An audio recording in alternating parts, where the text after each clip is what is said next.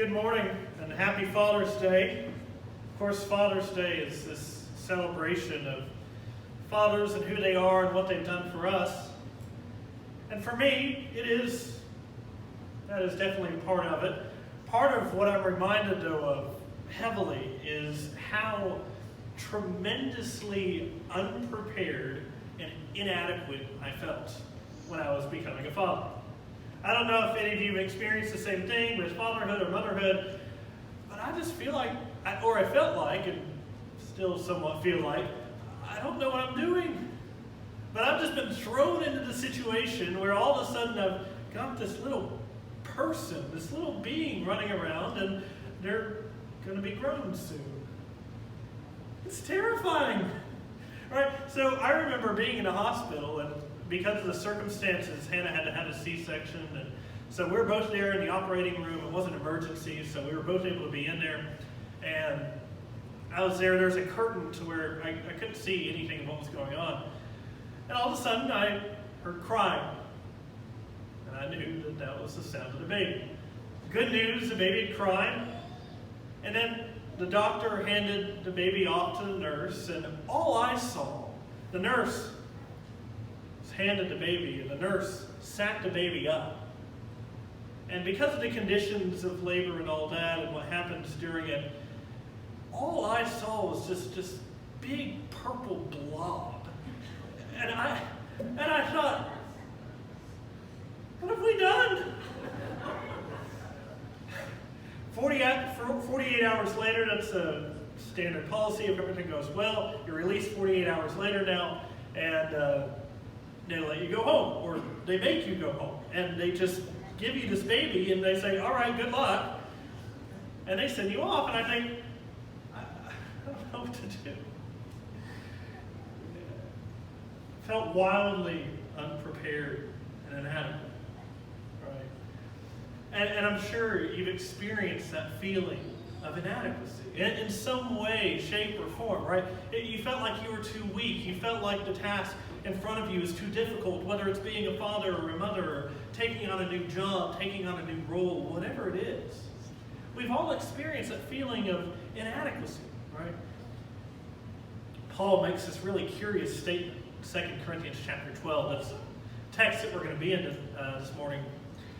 But he makes this really curious statement, and in thinking about all this, he says, when I am weak, then I'm strong. When I am weak, then I'm strong. And all I want to do is ask Paul, how is that? How is that? How can you be strong and weak at the same time? So our text this morning is 2 Corinthians chapter 12, verses 1 through 10.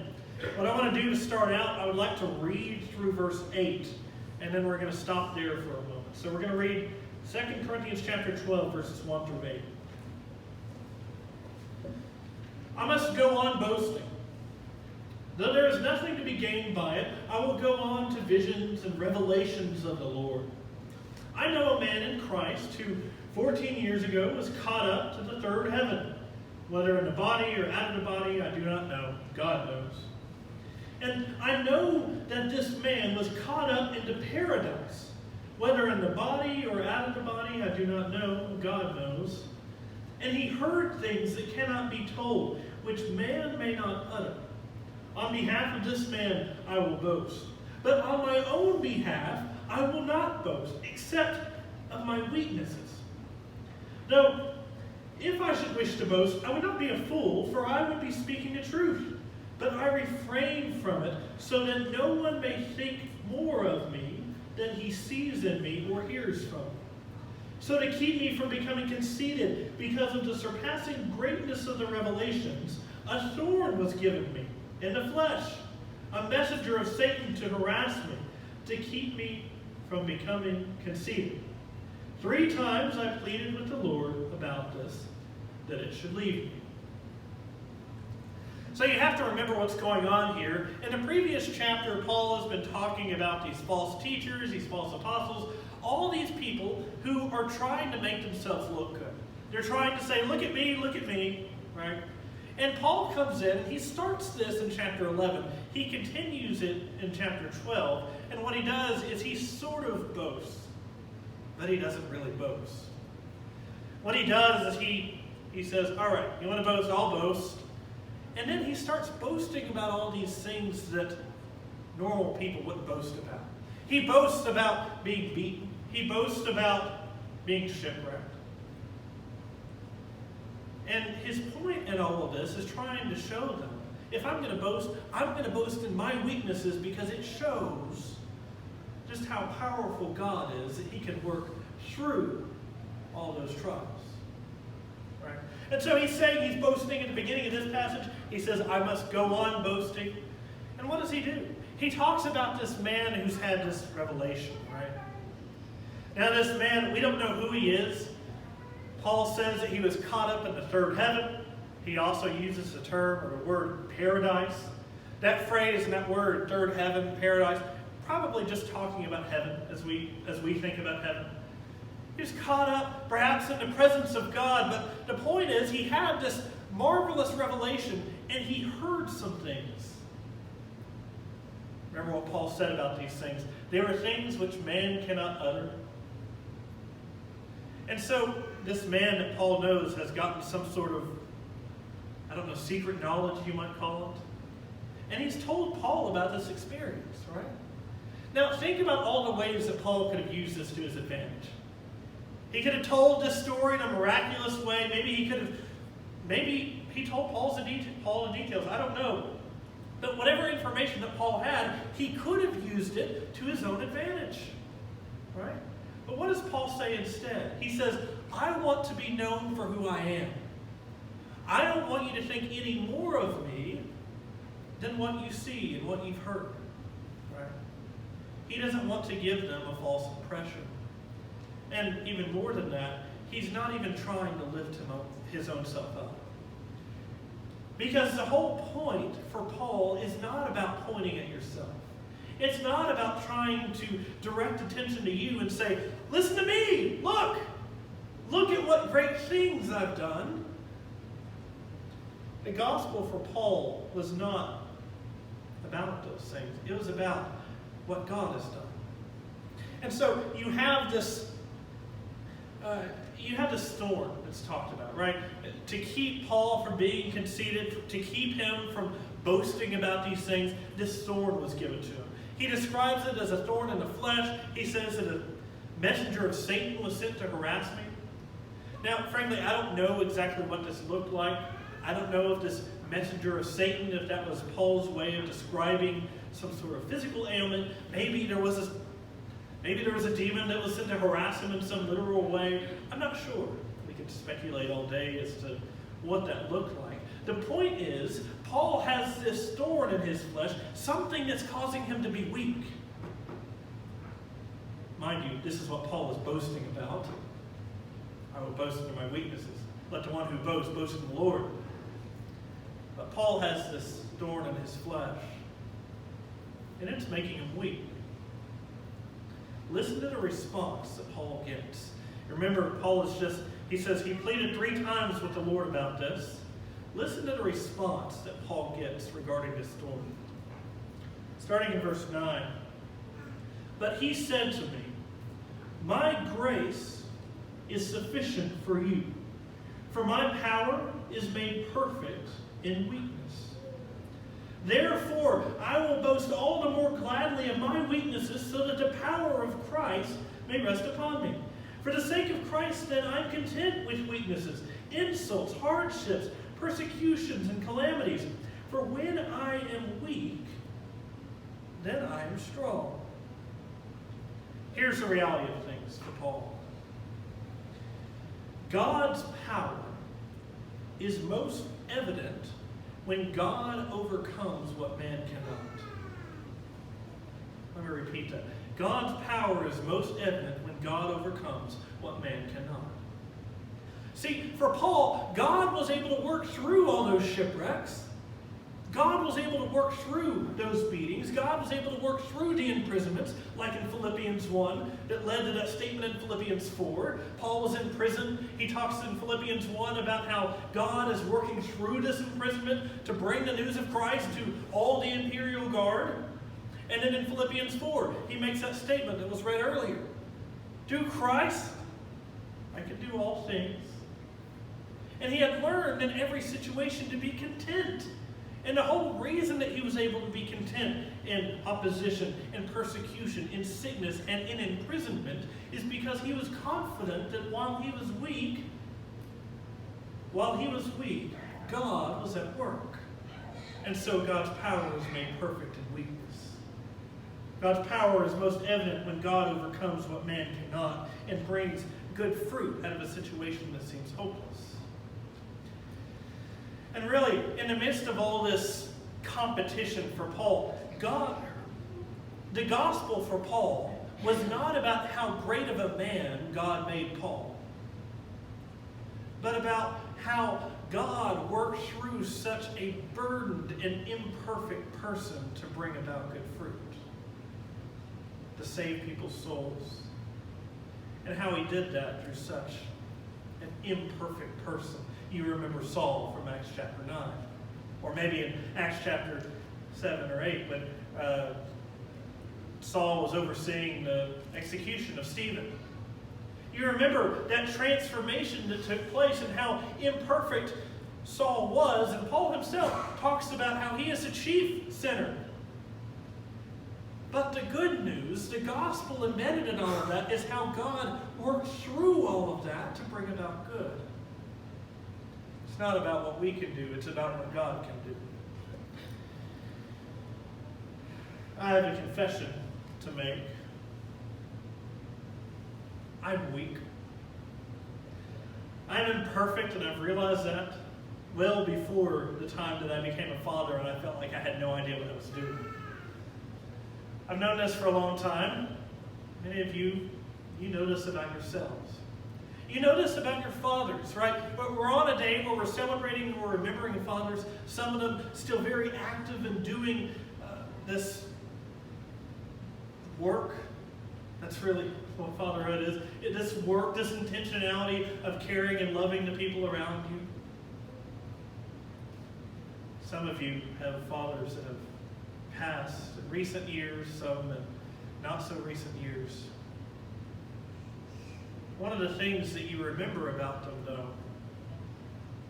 and that you would confess if you were asked, they were imperfect. There is no perfect father except the Father in heaven, and we all know this. We all know that that's our experience. And the good news for fathers is not that everything gets easier. The good news for fathers isn't that once you become a Christian, parenting suddenly gets easy. That's not it at all. In fact, it probably makes it harder. Trying to train them up in the way that they should go, and this thought of wanting to live up to the expectations that you have for yourselves and for your children and all of that, right? It's hard. And the good news isn't how easy it's going to be. The good news for fathers and for mothers, for that matter, is that God can work through all of our imperfections to bring about good, to bring about faith, and to bring about salvation. I hope and pray that God works in my life, and that God works in the life of Lucy, because I know how imperfect I am. But I also know how powerful God is, that He can overcome the sin, that He can overcome the inadequacies, that He can overcome the temptations. I know that God can overcome all those things to ensure that the people around me come to know Him. And I hope that that is a pursuit of all fathers and mothers, and grandparents, great-grandparents this day. I hope that that is our pursuit. That people may come to know Christ through us, imperfect as we are. Paul was confident that God could work through the thorn. In fact, even though Paul had wanted it gone, you realize what was said to Paul. The very first thing that was said, "My grace is sufficient for you." I know these thorns make you feel weak. I know that they are a burden on you. Whether that looks like sickness, whether that looks like the sin that he's battling, whether that looks like some sort of mental issue, whatever it is, this thorn that was making Paul weak, God's response to it is, my grace is sufficient. My power can overcome these things. My grace is sufficient. God's grace was sufficient for Paul, and God's grace is sufficient for us. You know, I've heard this phrase a lot. Tell me if you've had the same experience. I've heard this phrase. It goes like this. God won't give me more than I can handle. You ever heard that? God won't give me more than I can handle. I think one writer puts this really well. Listen to this. God won't give me more than I can handle. False. Throughout the Bible, people were handed impossible tasks. Moses freeing thousands, David slaying a giant, Daniel surrounded by lions in a pit, etc. Do you think any of these heroes of the Bible were in the middle of such extremely stressful circumstances and thought, well, God won't give me more than I can handle, so I'll just keep hanging on? No. The point was to show that a possible God is in charge of impossible situations. The truth is, God won't give you anything He can't handle. Only by God's grace are many of us where we are today. Only by God's grace have many of us been blessed with the people around us in our lives, the roles that we've been put in, however scary and daunting those are. God is working and is able to work in our lives to bring about good for the salvation of us and for the people around us. And I believe that wholeheartedly, because I think that God's grace was sufficient for Paul to overcome whatever thorns that he was facing, and I think that God's grace is sufficient for us to overcome the sin in our lives, to overcome our imperfections, to overcome our inadequacies, to overcome our fears. God's grace is sufficient for us. I'll be glad to tell you about how weak I am, because it will show you just how powerful God is, that He can save even me. We all face inadequacies. We all face those feelings, but we have a certain God that allows us to be content in uncertain circumstances. So yes, when I am weak, I'm strong. Because in all the confusion and chaos of life, when I'm weak, I'm confident that God is at work. So when I'm weak, then I'm strong. The next chance you have an opportunity to boast, to talk about how great of a person you are, remember what Paul's stance was. The gospel for Paul was not about how great God made him, how perfect God made him. The gospel was how God worked through all that imperfection and all that sin to bring about good. And so next time we have the chance to bring attention to ourselves, let's not point over here. Let's point to the cross. The song that we're about to sing makes this remark about how Jesus is the only way. And the reason that we have this statement, and Jesus says it himself, I am the way, I am the truth, I am the life, is because we cannot get there ourselves. We cannot overcome the sin in our lives by ourselves. We cannot overcome the powers of sin and death like God has done in the cross and in the resurrection. The only way is through baptism. The only way is to decide we can't rely on our own power and, so to say, lean on God. Trust in God's power that He has done enough. That He has done what's needed to overcome those things, to overcome those thorns in our lives. And He has. His grace is sufficient for all of us. And so I hope and pray that as we continue on through this week, and as we continue on after this service, remembering what God has done for us, I hope that if you haven't made that commitment to rely on God's power, that you're able to do so and trust that His power is enough to overcome the thorns in your life. And I believe that it is. If you would like to make that decision, if you'd like to make that commitment and you haven't already, we ask that you come forward as we stand and as we sing. Hear the street.